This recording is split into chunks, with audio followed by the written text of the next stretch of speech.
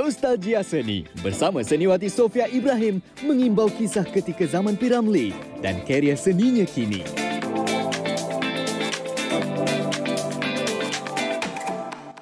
Isu tular, kenapa semakin ramai remaja tidak mahu sambung belajar dan ada juga yang berhenti ketika mengambil pengajian diploma dan ijazah. Bagaimana dengan masa depan dalam karier profesional? Dan sasaran pingat emas berjaya dicapai dalam Sukan Commonwealth 2022. Apa perkembangan terkini di Birmingham? Teruskan bersama MHI.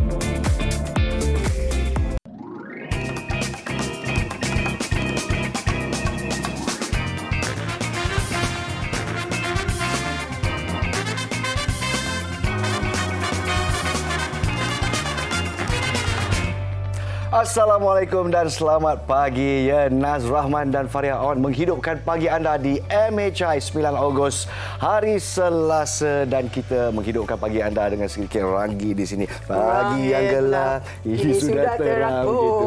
Sebab apa tu? Sebab baju Omni kan rasa macam tu kan? Ranggi gitu. Rasa macam hujan sedikit. Tapi Faria ada sesema sikit, baru saja keluar daripada hutan belantara ya. Alhamdulillah.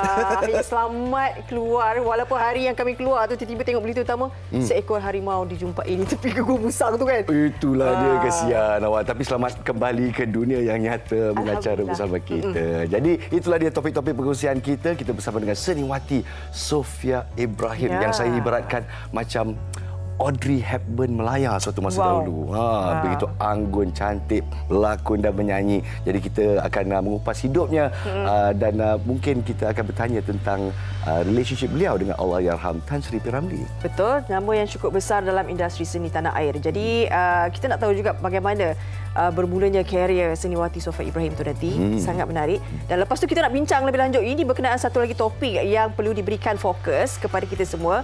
Bagaimana generasi kita, adik-adik kita, adik-adik ke? Anak-anak. Adik-adik dan anak-anak juga sekali lah. Adik-adik dan anak-anak kita selepas SPM macam mana? Kenapa tidak mahu menyambung pelajaran ke universiti? Kalau dulu kita ni, mungkin zaman kami berdua, dah diterapkan lepas belajar sekolah menengah kena masuk universiti. Lepas masuk universiti kena kerja. Mungkin itu yang menjadi misi kita kan, untuk dapatkan ilmu pelajaran. Tapi mungkin sekarang dah berubah dengan taraf hidup yang tinggi dan mungkin mereka telah berjinak-jinak sekarang ni pun sekolah menengah pun dah boleh bekerja sampingan dan sebagainya kan. Boleh bekerja sampingan dengan gig ekonomi dan juga mungkin pengaruh social media juga. Kalau kita nampak influencer sekarang, sekarang ni semua kira duit dan sebagainya, mungkin mempengaruhi generasi muda kita. Tetapi adakah ia ilusi semata-mata? Kita akan bertanya dengan seorang perunding kerjaya apa yang sedang berlega-lega di kepala dan juga hati anak-anak muda.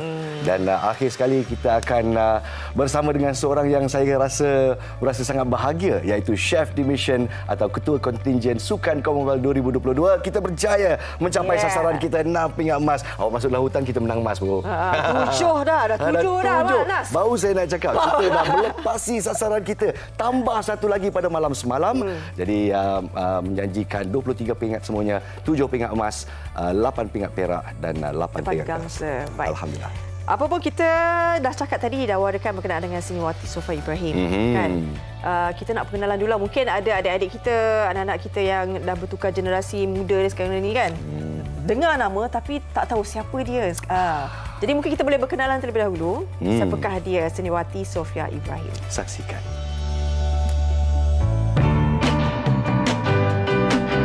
Sofia Ibrahim atau nama pentasnya Sofia Ibrahim dilahirkan pada 20 Januari 1949 di Singapura. Beliau ialah seniwati yang aktif dalam bidang nyanyian dan lakonan pada era 1960-an. Pada awal penglibatan dalam dunia lakonan, kakak kepada penyanyi Datuk Khadijah Ibrahim dan pelakon Allahyarham Latif Ibrahim sering menjelajah bersama seniman agung Allahyarham Tan Sri P.Ramlee, Puan Sri Saloma, A.R. Tompel, Mak Minah dan ramai lagi. Perjalanan seni Sofia bermula sebagai seorang pelakon. Lakonan pertamanya dalam filem berjudul Ragam P.Ramlee pada tahun 1964. Namun, ketika bekerja di bawah Merdeka Film Productions, Sofia mula berkenalan dengan P.Ramlee dan bermulalah perjalanannya dalam bidang nyanyian. Sepanjang bergelar penyanyi, Sofia tidak pernah merakam sebarang lagu atau album. Sebaliknya, hanya menyanyi di kelab malam dan membuat persembahan terbuka. Biarpun sudah lebih 5 dekad mengatur langkah dalam dunia seni, ternyata bintang veteran ini masih belum berhasrat untuk meletakkan noktah pada kejayaannya itu sehingga kini.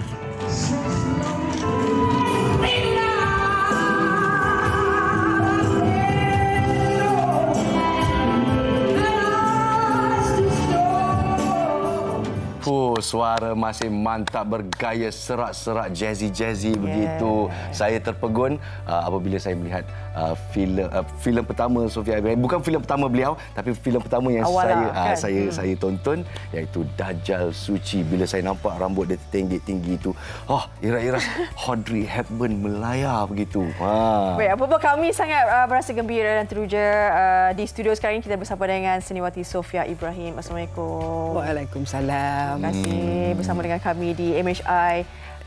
Tadi tanya juga nak panggil apa? Kan nak panggil puan. Panggil mami ya. Panggil mami dah lah. Semua orang panggil mami senang. Kan. Asal pun Singapura kan. Tak ada, saya lahir di Singapura. Tapi besar di sini. Pasal mak bapak kita orang Malaysia. Tapi pasal arwah bapak ni kerja di Singapura sebagai polis.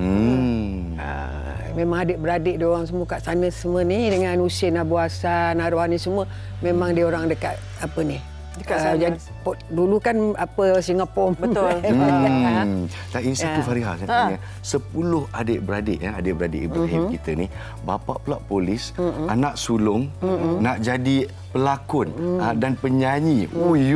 Kalau bapa saya bapa polis tu memang kena marah tu. Macam mana pengalaman? Macam mana menceburkan diri? Ketegasan. Itu memang apa ni, ialah arwah bapak ni pun tahu kita ni memang ada seni kalau apa ni, ialah bapak mentua dia lah, maksudnya arwah Tok Amang Belon ni. Mula-mula memang mami tak nak. Mami tengok arwahnya Husin Abu Hassan ni berlakon di Merdeka Studio. Sajalah pergi tengok-tengok ni dengan saudara mara datang dari Singapura pergi gitu. Kali nyonya tu tengok, cakap ini siapa ni Husin? Ini saya anak saudara. Wah, cantik ya. Dia pula tanya kita, mau berlakon kata dia. Saya tak maulah, saya sekolah lagi. Masa tu mami sekolah lagi dekat sekolah kampung baru tu. Umur berapa? 15? Form 5. Masa tu Form 5 15 17 lah. Dekat dengan 17 lah. Pasal pindah sekolah ni tu saya cerita lah. Bapak polis. Sekejap sana, sekejap sini, sekejap tu. Sampai tapi nasib baik kepala otak tu boleh belajar. Boleh belajar lagi. Jadi sampai di KL ni, apa nama ni, ialah bapak ni yang sebenarnya panjang nak cerita ni, pasal-pasal ni semua nantilah lain kali kok kita ada jumpa lagi kita boleh cerita lah. Jadi mami pun dah pergi tengok diorang ni berlakon apa semua dia panggil, lepas tu balik kita ceritalah dengan balik rumah. Mak tadi Cina tu panggil Pia berlakon lah. Kita panggil dia kita Pia lah. Kita cakap dengan bapak tu, boleh ke pak nak berlakon? Mengapa dekat Pak Utin kau tu ke? Lah cakap dia. Usia bahasa kami panggil Pak Utin. So, boleh sampai Cina tu datang rumah, kasihlah lu punya anak dah. Saya mau dia dah jadi anak emas pula dekat Merdeka Studio ni pasal Cina ni panggil kita. Kan? Jadi dia sayanglah kita. Dia pun try tu. Cerita pertama saya Jambatan Maut. Jambatan Maut. Cerita je konon ada apa macam ada bukan sihir lah, dia macam dia meninggal, lepas tu nanti ada pula menyerupa kita balik kan. Macam itulah cerita dia tu. Mistik sikit lah. Pasal bila orang nak rogol dia tu, dia sudah terjun laut, dia sungai, dia meninggal. Jadi konon muka mami ni balik semula lah, tapi dia tak tek-tek lah. Dahsyat. Dahsyat. Dulu cerita dia. Kerjaya kerja seni mami berlakon. Maksud tak ada masalah sebab memang dah biasa. Dah biasa. Tapi bagaimana pula bila dah berlakon mami cakap, sebenarnya saya ni memang suka menyanyi. Macam mana tu? Bukan. Pasal apa, dari sekolah pun cikgu dah suruh mami menyanyi. Cikgu yang galak. Dari sekolah. Siapa yang nyanyi? Kita pun nyanyilah lagu biasa je. Kita bukannya apa ingat kita nak jadi masa tu budak-budak lagi. Mana nak tahu kita nak jadi penyanyi ke nak jadi apa kan. Bila dah sampai ke tahap tu, dia semua Tuhan punya kuasa. Kerana kita susah masa tu barangkali. Masa arwah bapak ni pun dah berhenti kerja. Dianiaya orang lah senang. Jadi kita malah nak cerita panjang. Dulu-dulu pun bila kita kerja kuat, kerja orang kata ikhlas, di mana-mana nyanyi ni mesti ada kan. Tapi kalau nak masuk industri ni selalu mesti ada sandaran dia kan. Memang Masuk ada. menyanyi. Walau alangkah Mami dia dapat anak emas pun orang macam-macam cerita kan. Tapi kita tak ambil. Pasal kita tahu kita orang hidup susah. Ya. Kita berserah je kepada Tuhan. Jadi bila tu dia panggil, Mami berlakon. Dia panggil, itulah cerita Jabatan Maut tu. Director dia orang Indonesia. Maruti tak salah nama dia. Jadi orang berlakon ni sampai berapa buah filem dah. Masa tu masih black and white lagi lah. Sampailah arwah kita punya Tan Sri P. Ramlee ni sampai kat sini. Berlakon dengan dia 2-3 filem. Lepas tu Mami macam rasa malas nak berlakon. Pasal berlakon rasa penat dah kan. Sampai pagi 3-4 pagi apa semua kan. Lepas tu cakap dengan dia. Pasal kami very close dengan dia. Macam family ya. Pergi rumah dia dengan arwah Kak Saloma ni. Makan, minum apa semua dengan dia lah. Bila dia dah datang kat situ, dia pun kemesraan tu kami ada dengan dia. Pasal arwah ni selalu panggil Mami pergi stage show. Pergi menyanyi dengan ini semua dah arwah dah. Arwah Tompel. Arwahnya Abah Ramlee. Abah panggil Abah Ramlee lah. Arwahnya Muhammad Jun, Rosminah Siddiq. Itu semua nama-nama besar tu. Semua nama besar-besar. Pernah pelawak ni dengan dia tu kan, pergi mana dia tahu je. Pukul 3 pagi sampai masa kita punya show besok. Balik pada syuting petang tu kan kau standby Piah, aku ambil kau. Gimana pak cik? Semua panggil pak cik lah dia orang tu. Besok kita pergi Taiping ada show. RM75 aja masa tu. RM75 satu malam. Pergi satu show bayangkanlah RM75. Besar juga RM75 dulu kan. Gula berapa sen je semua sen dulu. Tak nak pergi jugalah. Dah kita dah orang kata dah ternama, orang dah tahu nama kita, dah terpampang, orang dah panggil apa semua. Dulu kan banyak stage show. Sekarang aja kurang. Sekarang ni kita harapkan function je lah. Itu saja. Tapi maksudnya Allahyarham Tan Sri P. Ramlee orang yang sebab masa nak jadi penyanyi tu, sebab dulu kan zaman dulu menyanyi dekat klub kan. Memang naik klub. Ayah pula polis tu. Konflik cik drama. Itulah cakap kat dia. Bang, saya ni yang sebenarnya nak menyanyi lah bang. Tapi bapak tak bagilah bang. Asal dia tak bagi? Tak tahulah bapak ni. Kan? Agaknya dia tu polis. Dia takut saya nyanyi naik kelab. Mabuk-mabuk ke apa kata dia kan. Dia pergi jumpa arwah bapak saya. Oh, jumpa. Dia cakap bang. Dia kata Sofian ni dia suka menyanyi. Dia cakap. Kalau anak kita ni kalau maksudnya apa kemahuan dia yang dia suka. Kita bagi dia inilah sokongan yang ialah ya alhamdulillah Mami start menyanyi dengan gaji 400 dekat Kowloon Hotel. Dia bagi tapi dia pesan. Orang dulu cakap macam mana? Kau jangan terdarak minta maaf cakaplah kan. Macam tu. Orang dulu bapak kita. Tak adalah pak, takkanlah ya nak minum tu pula tak baiklah. Minum Norin. Semua dia pesan pasal dia dah tahu kan. Mungkin pengalaman dia ialah kita tak tahu. Masa tu kita pun bukan budak-budak lagi masa tu. Betul. Jadi sekarang, nak Mami pun start menyanyi daripada satu tempat ke satu tempat ke Federal Hotel.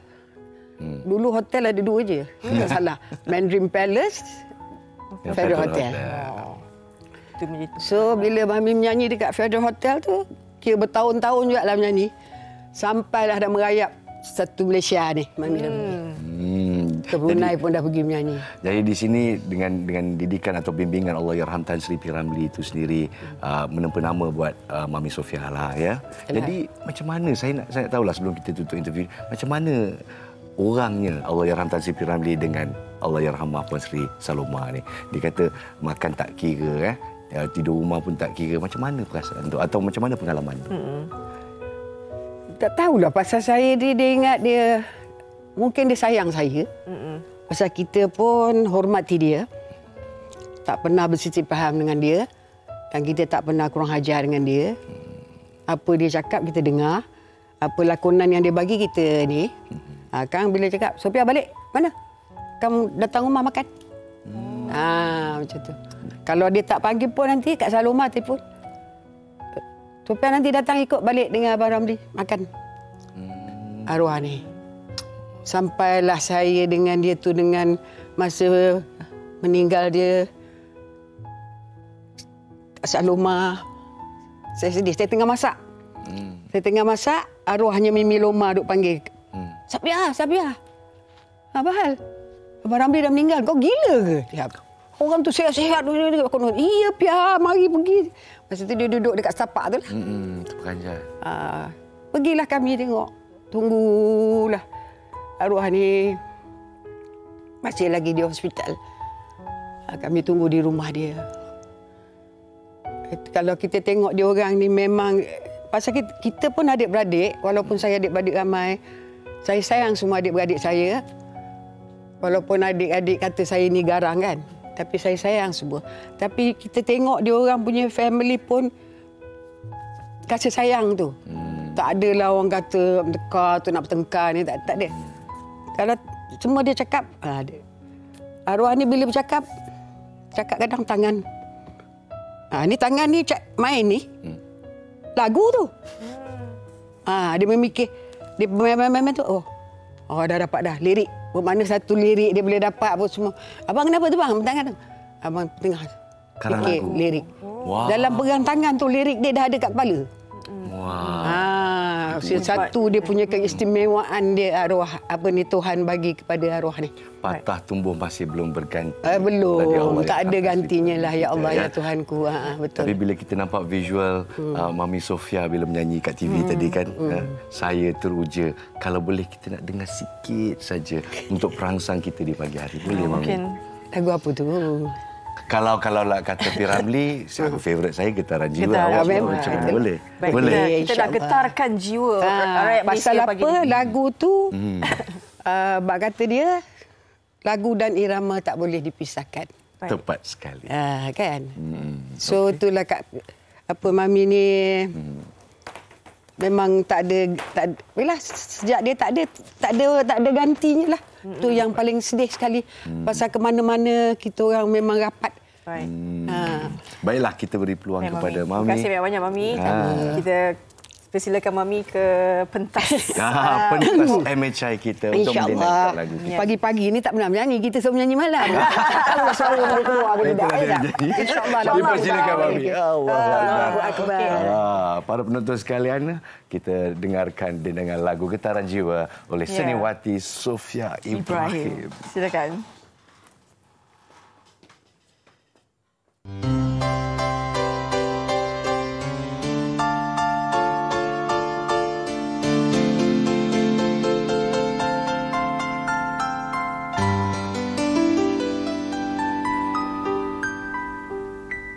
Getaran jiwa melanda hatiku, tersusun nada irama dan lagu, walau hanya sederhana tetapi tak mengapa.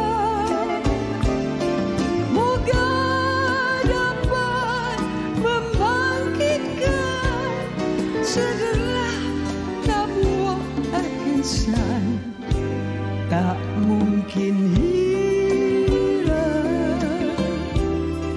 irama dan lagu, bagaikan kembang sentiasa bermadu.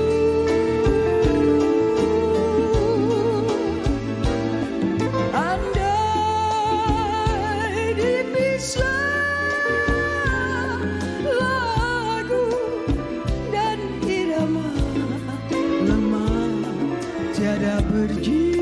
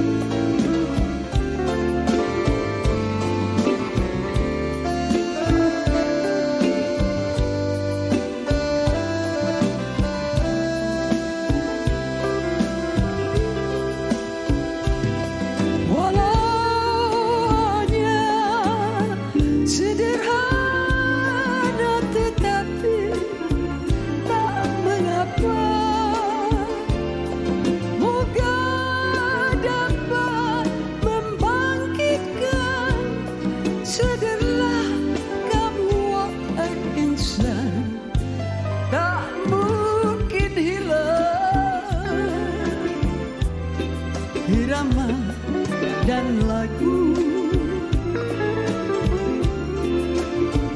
bagaikan kembang sentiasa bermadu.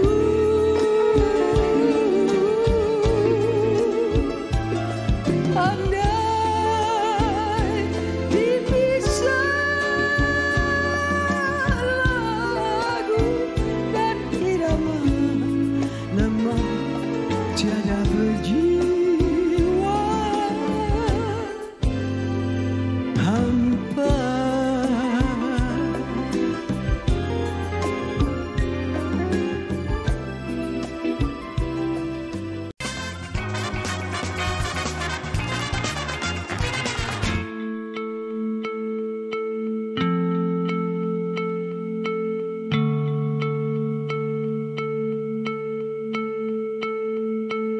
Saya rasa kebanyakan pelajar SPM sekarang dia mengambil jalan mudah lah untuk mendapatkan duit senang seperti Grab Food, Foodpanda. Jadi bila dah dapat duit macam tu, jadi diorang abaikan pelajaran diorang. Biasakan kebanyakannya macam tu lah. Mungkin disebabkan ekonomi sekarang ni, mungkin kalau nak belajar mungkin susah kot untuk diorang. Lagi senang cari makan macam rider. Sekarang kalau kita nak salahkan ibu bapa pun tak boleh, sebab anak sekarang bukan dengar cakap ibu bapa pun. Dari segi pengalaman saya sendirilah, anak saya kalau kita nak suruh sambung belajar, dia tak nak. So kita kena untuk sekarang ni tak macam dulu. Dulu kita tengok ibu bapa kita takut. Sekarang ni diorang ni kalau kita ibu bapa kena dengar cakap depa. Itulah masalah sekarang ni. Mungkin dari salah satunya dari segi sektor ekonomi keluarga lah. Yang kedua mungkin disebabkan sekarang ni banyak faktor kan, nak cari duit lebih untuk belanja ni kan, keluarga. Itu salah satu dia. Diorang kata nak mengaji, pun nak mengaji, tapi salah satunya macam tu lah, keluarga kan. Pada pendapat saya, result SPM itu sendiri memainkan peranan. Mungkin kalau resultnya baik, dia akan berminat untuk sambung belajar. Namun untuk sambung belajar tu faktor yuran pengajian tu juga memainkan peranan, especially untuk golongan-golongan B40 ke macam tu, mungkin memainkan peranan lah. And then jaminan lepas belajar itu seperti pekerjaan, sebab kita pun tahu sekarang ni terlalu ramai fresh grad yang tengah menganggur. And then kita pun boleh nampak dekat social media seperti ramai yang hanya berasaskan SPM certificate tetapi berjaya. So itu one of the social yang rakyat-rakyat sekarang yang nampak. So mungkin daripada social media itu sendiri, kita tahu sekarang kita ada Facebook, TikTok. So konten-konten itu sendiri juga memainkan peranan lah untuk generasi akan datang, saya rasa. Kita kembali dalam MHI dan apabila saya dengar keluhan hati rakyat Malaysia, terutamanya mereka yang ibu dan ayah yang tidak tahu apa nak dilakukan apabila anak-anak sendiri tidak sambung belajar. 72% Fariha lepasan SPM tidak mahu sambung belajar, dan ini juga dinyatakan di akhbar Kosmo kita di muka depan. Kami rasa seperti buang masa belajar. Wow, kuat kata-kata tersebut. Segelintir lah kan yang menganggap bahawa macam belajar tu buang masa dan sebagainya. Tapi kita nak tahulah apa sebenarnya yang membuatkan mereka rasa begitu. Betul. Jadi kita nak terus bersama dengan tetamu kita, Nick Akmal, Nick Osman, Perunding Kerjaya. Assalamualaikum. Waalaikumsalam warahmatullahi.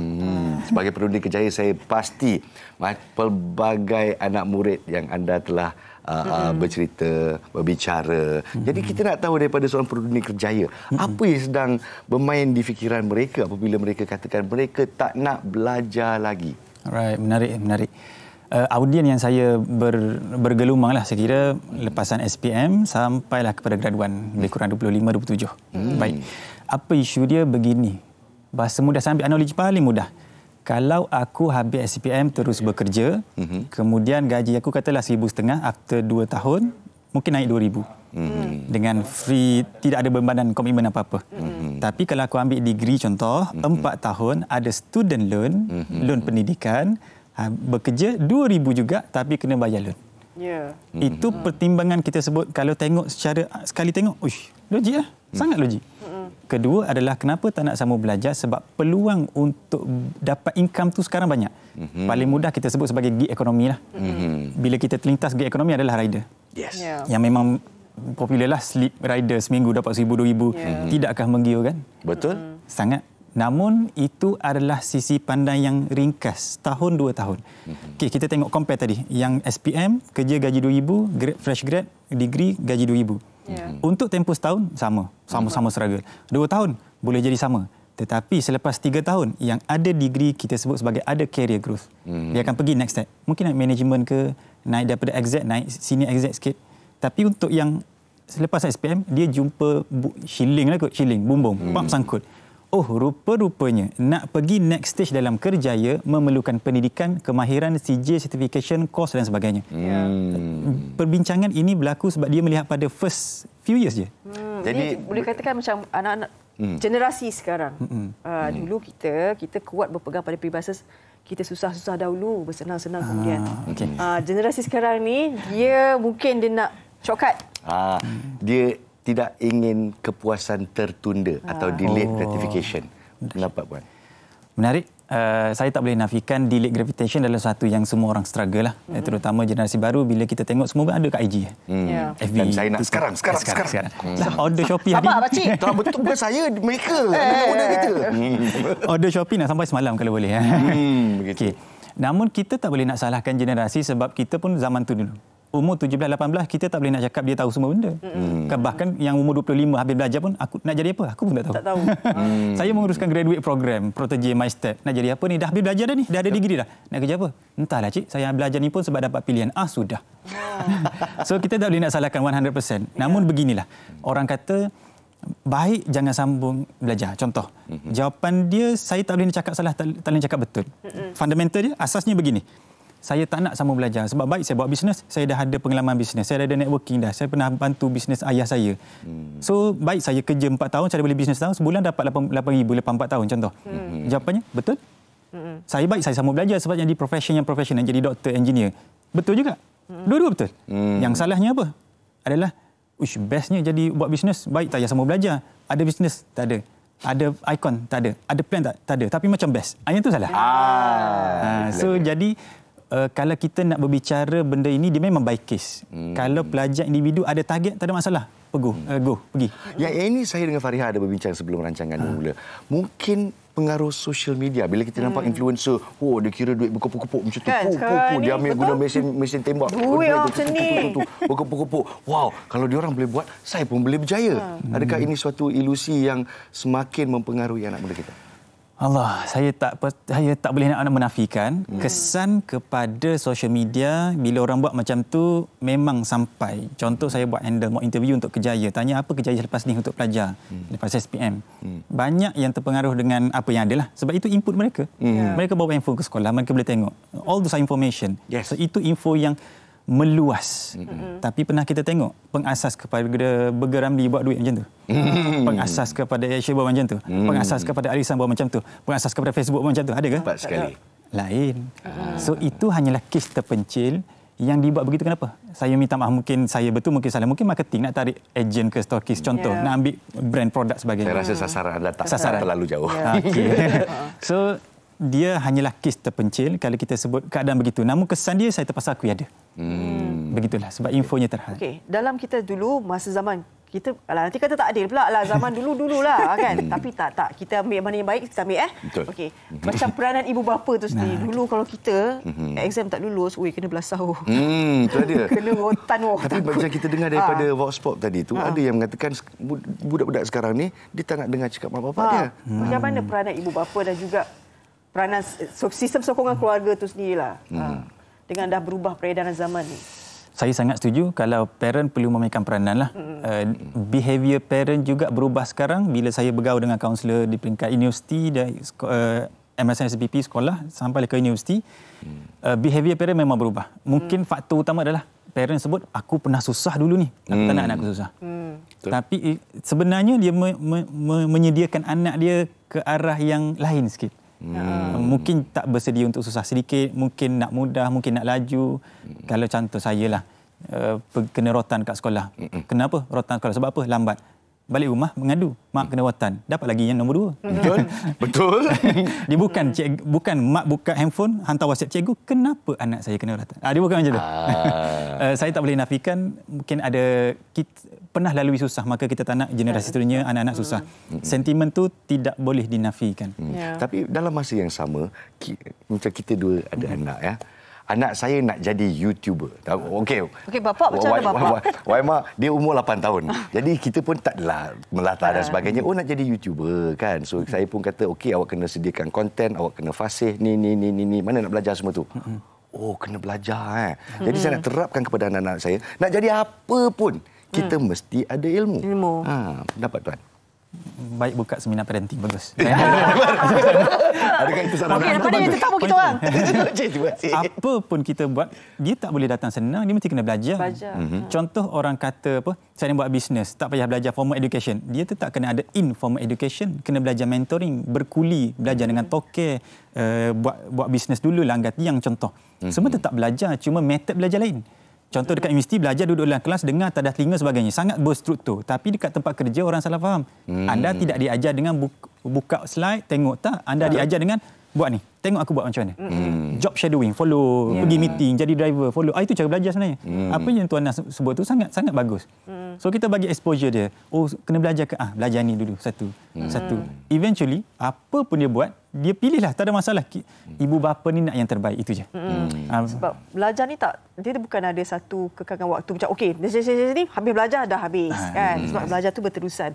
Jadi ini kita nak kongsikan satu inspirasi juga. Tepat sekali. Kan? Kalau kita tengok budak-budak sekarang ni macam Tuan Nick berbicara sebentar tadi, ada yang nak berusaha, ada nak menjadi usahawan, dah tengok ni boleh kaya, saya pun dah ada networking dan sebagainya. Tapi apakah pendapat usahawan itu sendiri? Saya tak pernah jumpa usahawan yang tak sayang ilmu. Betul. Sebenarnya kita kena ada perancangan masa depan. Kadang-kadang kita tak okey, tak apa, aku nak kerja dulu. Tapi lepas tu baru nak belajar, sambil tu dia macam tu perancangan masa depan tu. Jadi ini berkenaan dengan seorang usahawan penggaya rambut. Yes, yang baru saja lepasan SPM ya, dan dia telah memilih untuk bekerja, tapi dia orang lama lah gitu kan. Dia lepas SPM tu dia nak kerja dulu. Tapi lepas dah ada karier, disambung belajar. Itu yang terbaiknya. Jadi kita saksikan jalan cerita usahawan kita ini. Silakan. Dengan pelajaran yang ada, sekadar SPM, saya tak boleh pergi jauh. Kalau kata minat dalam bidang sesuatu bidang tu, kita mesti mendalami. Ilmu dan pengetahuan ni adalah selama-lamanya.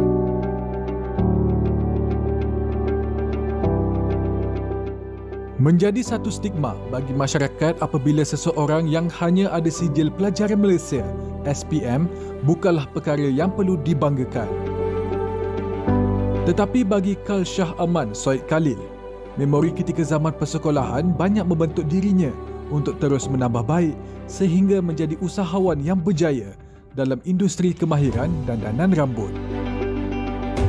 Pada awalnya, lepas SPM, saya dapat keputusan agak tidak memuaskan, and then saya tak tahu hala tuju saya masa tu sebab dah umur 17 tahun kan. Sebab kawan-kawan semua belajar universiti, college kan. Apa yang saya dapat, satu bidang yang boleh mendatangkan kemahiran dan juga pendapatan, iaitu bidang hairdressing. Dia berpunca pada abang saya lah. Sebab abang saya sekarang ni pakar negara dalam bidang hairdressing, iaitu Kal Khalil. So dari situ saya berminat dan saya selalu pergi tengok abang saya memotong rambut. Tapi asas tu tiada tau dalam bidang kemahiran ni. Dengan pelajaran yang ada, sekadar SPM, saya tak boleh pergi jauh. So saya ambil keputusan, saya belajar di Akademi Kal Hair Salon untuk dapatkan kemahiran dalam bidang hairdressing. Keputusannya untuk mendapatkan sijil khusus kemahiran selepas habis SPM adalah pilihan yang tepat. Baginya, menambah ilmu pengetahuan dan mendapat pendidikan di dalam apa yang ingin diusahakan amatlah penting demi membina masa depan. Kini Kal mempunyai pengalaman selama 24 tahun dalam bidang dandanan rambut. Justru, melalui kemahiran dan ilmu yang diperolehi, individu berusia 42 tahun ini digunakan sebaik mungkin sehingga mampu menguruskan perniagaan dan memiliki sebuah kedai gunting rambut di ibu kota. Ilmu dan pengalaman yang diperolehi juga membuatkan anak kelahiran Ipoh Perak ini sering mengadakan bengkel dan kursus latihan kepada mereka yang berminat dalam dunia dandanan rambut. Pada pendapat saya, pengalaman tidak cukup untuk kita pergi lebih jauh. Apa yang saya nampak dari sudut pengalaman tu, kita ambil cuma benda-benda yang kita suka sahaja. Kita buang benda yang kita tak suka. Kenapa adanya sijil tu? Supaya kita tahu kita punya level pencapaian kita di mana. Kita cabar diri kita, daripada barbering, kita akan jadi apa? Contoh peniaga. So dari situ kita dah tahu dah apa cabaran perniagaan. Kalau kata minat dalam bidang sesuatu bidang tu, kita mesti mendalami. Kalau kita nak pergi jauh, kita mesti ada pengalaman, pengiktirafan dan juga kita ada target kita. Kan? Apa tindakan kita dekat dalam industri ni. So, asas pertama adalah pembelajaran. Kena ingat, pembelajaran is number one. Lepas tu barulah kita fikir langkah seterusnya. Itu pendapat saya. Minat seiring dengan pendidikan menjadikan Kal Aman individu hebat pada hari ini. Sesiapa sahaja boleh berjaya. Apa yang penting, mendapat pendidikan yang sewajarnya dan sentiasa tanam rasa dahagakan ilmu pengetahuan agar dapat menjadi insan luar biasa dalam apa sahaja bidang yang ingin diceburi.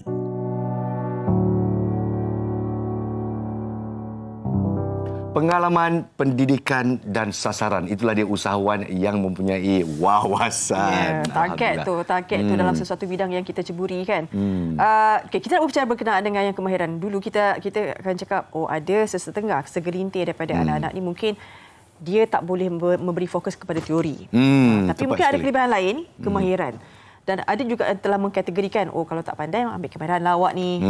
Jadi kita nak tanya ada dengan stigma kat sana kan. Tu. Jadi kepada Tuan Nick sendiri, pendapat anda? Saya tak boleh nafikan ada stigma atau stereotip tu. Kau ni belajar tak boleh pergi ni. Hantar tahfiz ataupun hantar kemahiran lah. Vocational. Vocational. So itu sebenarnya saya minta maaf sebut, tapi bagi saya sangat salah.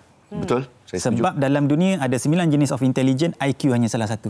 Tepat sekali. Kalau dia ada PQ, dia pandai handle, hand-eye coordination, macam mana? Dia sangat perform kat situ. Betul. Jadi craftsman. Ya. Hanya tengok YouTube boleh faham. Tengok cikgu ajar sekali boleh faham. Tapi tengok cikgu ajar Bayu tak faham-faham. Dah kebijaksanaan dia tempat lain. Ada orang sukan, ada orang matematik, menyanyi, menghafal lagu. Tak semua orang boleh nyanyi lagu macam tu. Betul. Tepat sekali. So, itu kebijaksanaan masing-masing. So, kemahiran bukan untuk orang yang tercicir, result rendah, tidak. Maaf. Itu tak tepat. Kita tengok minat anak muda, anak-anak kita, kalau kita ada anak, dia kat arah mana. Benda tu boleh perhati. Tapi kalau arah ke sana, hanya satu aja cara untuk kita mengenal pasti apakah kemahiran beliau. Kita harus dedahkan mereka kan. Seperti usahawan yang kita lihat Encik Aman tadi ya. Beliau tidak mahu mengacau kepala atau pengalaman dia dengan benda lain. Saya nak buat yang ini je, saya dapat sijil saya sendiri. Dan macam saya kata, tiada usahawan yang tak cintakan ilmu. Bagaimana dengan pendedahan awal untuk anak-anak muda ini? Sangat baik. Anak muda ataupun mereka yang peringkat awal, mereka hanya berfikir dibentuk pemikiran dengan info yang kita bagi. Exposure sangat penting. Minta maaf kalau saya compare dengan izin, sekolah asrama penuh dengan sekolah biasa, sekolah asrama muda sangat kaya dengan aktiviti. Kalau kita pergi tengok jadual, Masya Allah, pergi sana, pergi sini, menyebabkan dia lebih matang sedikit. Banyak pendedahan exposure. Tak boleh nafikan. Event peringkat international, pergi luar negara mungkin. Berbanding yang tidak ada peluang tersebut. Maka exposure ni sangat mahal. Bahkan lagi alumni turun cerita pula pasal kejaya ke, pasal pengalaman dia ke, lagilah terdedah. Menyebabkan dia lebih matang membuat keputusan. 17 tahun dah tahu nak pergi ke mana. Itu sangat bagus. Wow. So itu sistem yang memberi pendedahan itu sangat penting. Exposure sangat penting. Bahkan exposure boleh dicari. Kalau sebagai parent, bagi exposure itu pada anak-anak. Sebab itu kita bawa pergi, contoh Kidzania kan. Tengok ni pekerjaan ini, pekerjaan itu. Kita bawa pergi ke SCC, ceritalah ini engineer, ini landscape architect buat sebagainya. Exposure itu sangat mahal. Dia membantu kematangan anak muda yang baru nak membina ni berfikir, buat keputusan dan sebagainya. Baik. Okey, kita tahu 350,000 lepas SPM tak nak sambung belajar. 72.1%. Itu angka yang kalau kita rasa, wah, ramainya. Mereka nak pergi mana ni? Mungkin ada nasihat Nick sendiri kepada mereka yang mungkin memikirkan bahawa jangka masa pendek itu boleh menjamin jangka masa panjang tanpa macam tak apalah aku kerja pun dapat duit sama juga nanti esok aku 4 tahun nak bayar ni. Pemikiran itu bagaimana? Okey, baik. Nasihat kepada mereka. Pertama sekali, saya tidak boleh meletakkan salah 100% pada mereka. Sebab kita bercakap, contoh, teori psikologi adalah Maslow hierarchy of need, keperluan manusia. Dia fikir makan, pakai, tinggal dulu. Makan, minum. Kalau makan, minum tak cukup, dia tak fikir pendidikan, tak fikir entertainment, tak fikir hobi, tak fikir macam-macam. Maka dia kena survive dahulu. Itu mungkin dilema utamalah. Maka isu masalah gaji yang sewajarnya itu memang perlu bersifat polisi, itu perlu diatasi dengan segera. Kelangsungan hidup. Kedua adalah, kalau dia nak komitmen kewangan mendesak, kerja dulu. Tak ada masalah. Silakan. Jangan lupa kita ada sistem pendidikan dalam Malaysia. Kita contoh paling mudah adalah apel. Dengan pengalaman boleh dikonvert kepada pengiktirafan akademik. Oh, kepada kredit ya? Kepada kredit. Daripada diploma, degree sampailah kepada master. Hanya mohon saja di universiti awam semua ada, universiti swasta pun sangat banyak ada. Cari APEL. Ataupun dah bekerja, kita nak macam Tuan Khal tadi cerita, dia nak tahu level dia tahap mana. Ambil SKM sebagainya, ada skim 2 latihan nasional banyak di bawah KBS, banyak, KPT pun ada. Kita akan dapat pengiktirafan based on pengalaman. So ini jalan seterusnya bagi mereka, mungkin kita sebut sebagai B40 yang ada komitmen kewangan mendesak, kena support family, ini mungkin pilihan yang lebih baiklah. Namun mereka yang ada luxury, kemewahan untuk buat keputusan, family saya okey, stabil, kita sangat galakkan di tempat publik. Saya untuk membina negara dan generasi, kita kena sebut sambung belajar untuk bina negara. Kita perlukan profesional, tenaga pakar. Dalam industri ada low skill, medium skill, high skill. Bila medium high skill ramai, seperti yang ada pendidikan, ada kemahiran tinggi, maka baru kita boleh bina high income nation, negara berpendapatan tinggi. Itu yang kita ingin sasarkan sebagai sebuah negara yang berpendapatan tinggi. Kita perlukan tenaga kemahiran tinggi. Jadi kepada anak-anak muda di luar sana, seperti yang dinyatakan oleh Abang Nik Akmal kita di sini, dia seorang perunding kerjaya, dia yang menyatakan sendiri, untuk kita majukan negara kita, kita harus memahirkan diri. Jadi tepuk dada, tanya selera, keputusan dan the choice is yours lah. Ya, betul. Terima kasih Nik Akmal, Nik Osman, perunding kerjaya, dan terima kasih juga kepada kalian yang mendengar. Moga-moga apa yang kita bincangkan ini membuka mata, membuka minda, membuka hati ya. Baik, kita dah berada seketika nas. Lepas ini kita akan bicara berkenaan dengan Sukan Commonwealth. Sukan Commonwealth, kita bersama dengan Chef Division Sukan Commonwealth Malaysia. Kita bersama-sama anda selepas ini.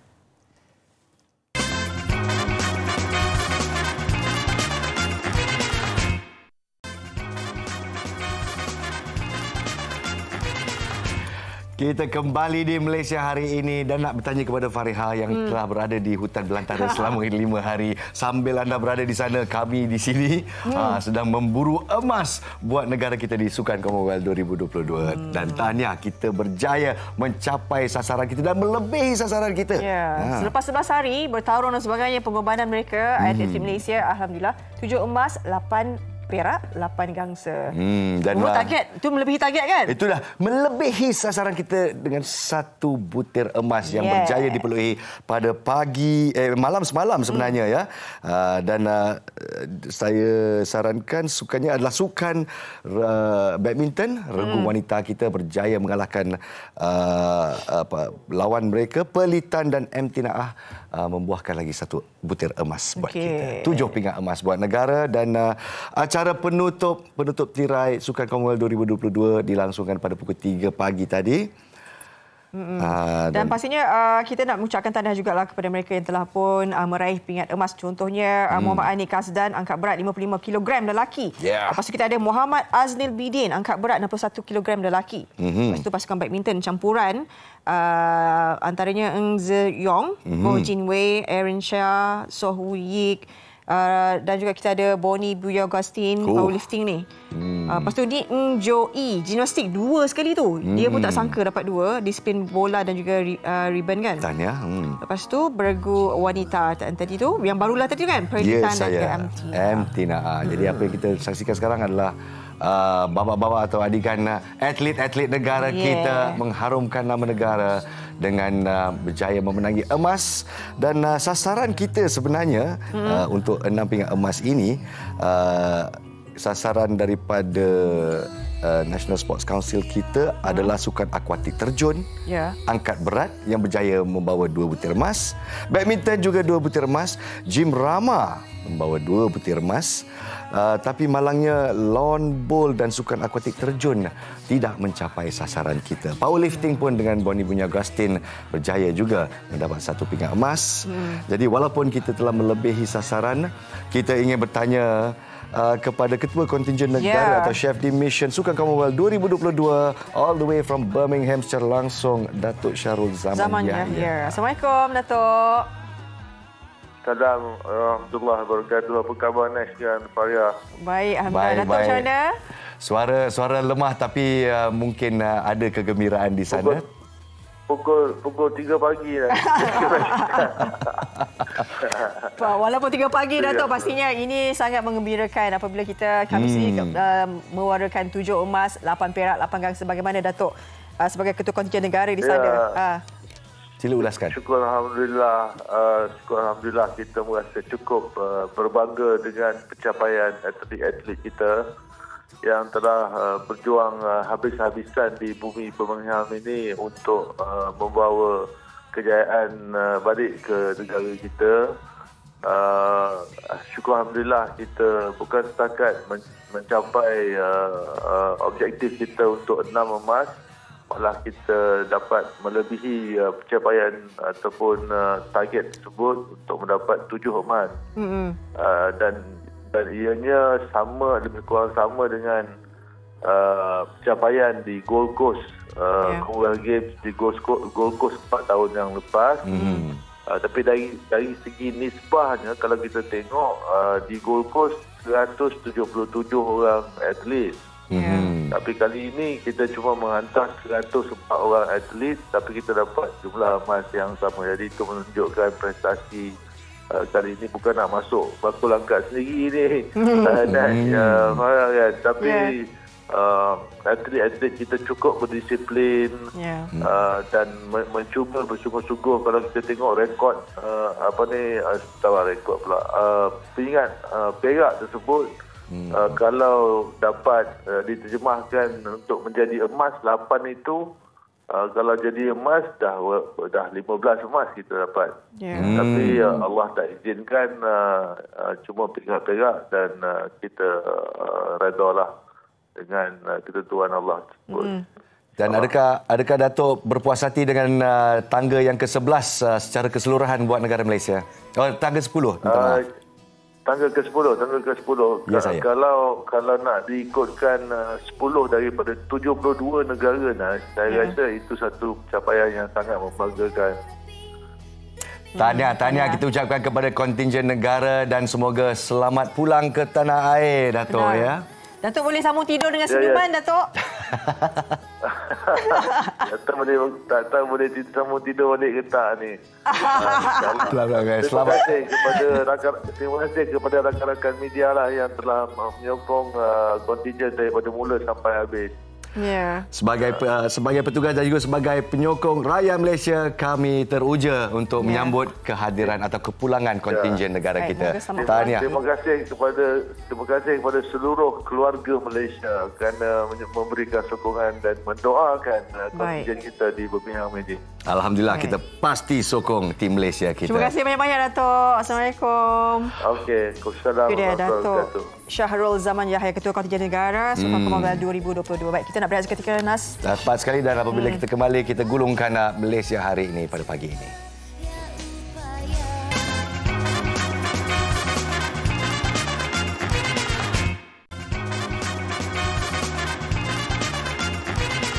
Balik kembali semula dalam Malaysia hari ini. Kita nak tutup MHI tapi nak kongsikan sikitlah di paparan dada akhbar hari Metro.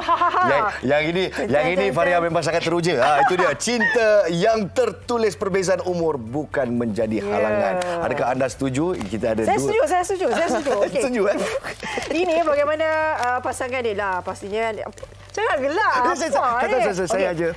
Di paparan 8 kan, kata pilihan wanita lebih berusia, umur hanya sekadar angka. Sekadar angka. Tepat sekali. Okey, ini katanya pasangan wanita ni umurnya 48, laki umur 24. Itulah dia. Tapi alhamdulillah. Saya tengah tunggu awak senyum. senyum. Jangan senyum. Senyum.